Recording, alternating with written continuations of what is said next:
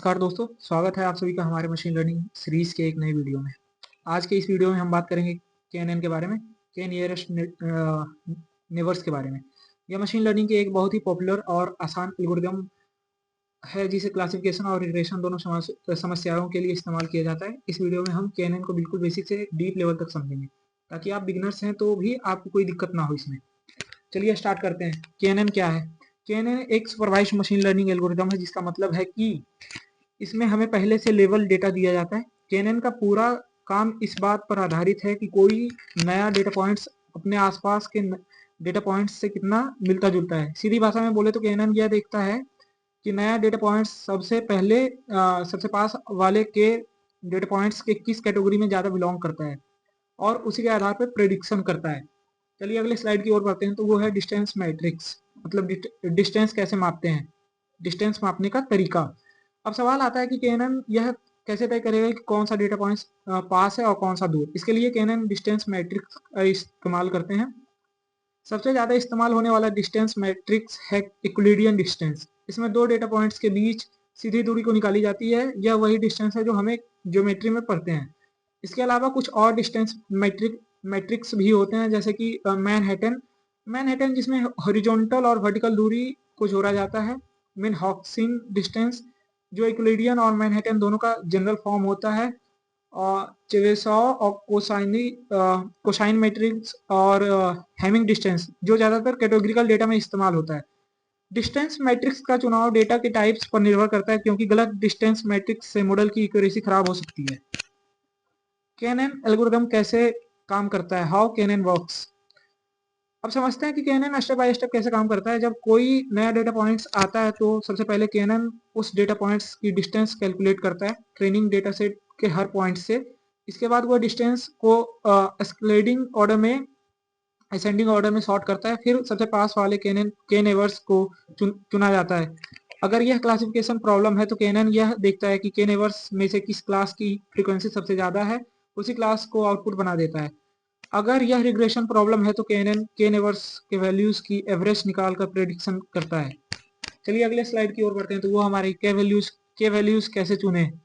KNN के values सबसे ज्यादा इंपॉर्टेंट फैक्टर होती है। अगर k की वैल्यू बहुत छोटी होती है तो जैसे k = 1 तो मॉडल बहुत ज्यादा सेंसिटिव हो जाता है और ओवरफिटिंग की प्रॉब्लम आती है। और अगर k की वैल्यू बहुत बड़ी हो जाती है तो मॉडल बहुत ज्यादा जनरलाइज्ड हो जाता है और अंडरफिटिंग की प्रॉब्लम हो सकती है। आमतौर पर के वैल्यूज को ओड नंबर में लिखा जाता है ताकि टाई की प्रॉब्लम ना आए। बेस्ट के वैल्यूज निकालने के लिए हम टेक्निक्स यूज करते हैं, जैसे cross validation, error rate analysis का इस्तेमाल करते हैं। चलिए अगली स्लाइड की ओर बढ़ते हैं, जो कि है advantage of KNN algorithm. KNN algorithm के फायदे। KNN का सबसे बड़ा फायदा यह है कि यह बहुत आसान और समझने में सरल एल्गोरिदम है। इसमें कोई कॉम्प्लेक्स मैथमेटिकल फॉर्मूलाज नहीं होती है। KNN में ट्रेनिंग फेज लगभग नहीं के बराबर होता है, क्योंकि यह लेजी लर्नर है। यह एल्गोरिदम नॉन लीनियर डेटा पर भी अच्छे से रिजल्ट देता है। इसमें कोई एक्सप्लिसिट ट्रेनिंग फेज नहीं होता है। ये क्लासिफिकेशन और रिग्रेशन में आसानी से काम करता है और ये लो इफेक्टिव होता है। चलिए इसकी डिसएडवांटेज की बात करें, नुकसान की बात करें, तो KNN के नुकसान भी बहुत सारे हैं। यह एल्गोरिदम कंप्यूटेशनली एक्सपेंसिव होता है, क्योंकि हर प्रेडिक्शन के लिए पूरे डेटा सेट से डिस्टेंस निकालना पड़ता है।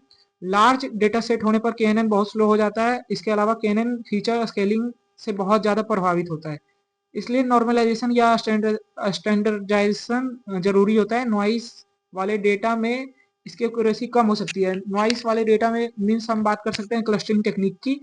अनसुपरवाइज्ड मशीन लर्निंग में इसका यूज करते हैं। चलिए अगले पॉइंट की बात करें तो Python demo of KNN algorithm. अब बात करते हैं KNN के पाइथन इम्प्लीमेंटेशन की। तो पाइथन में हम KNN की बहुत आसानी से साइकिट लर्न लाइब्रेरी की मदद से इम्प्लीमेंट कर सकते हैं। सबसे पहले डेटा सेट लोड किया जाता है, फिर डेटा को ट्रेनिंग और टेस्टिंग में डिवाइड किया जाता है। इसके बाद K-नेबर्स क्लासीफायर क्लास का इस्तेमाल करके मॉडल्स बनाए जाते हैं। के वैल्यूज डिफाइन की जाती है, मॉडल को ट्रेन किया जाता है और फिर प्रेडिक्शन निकाली जाती है।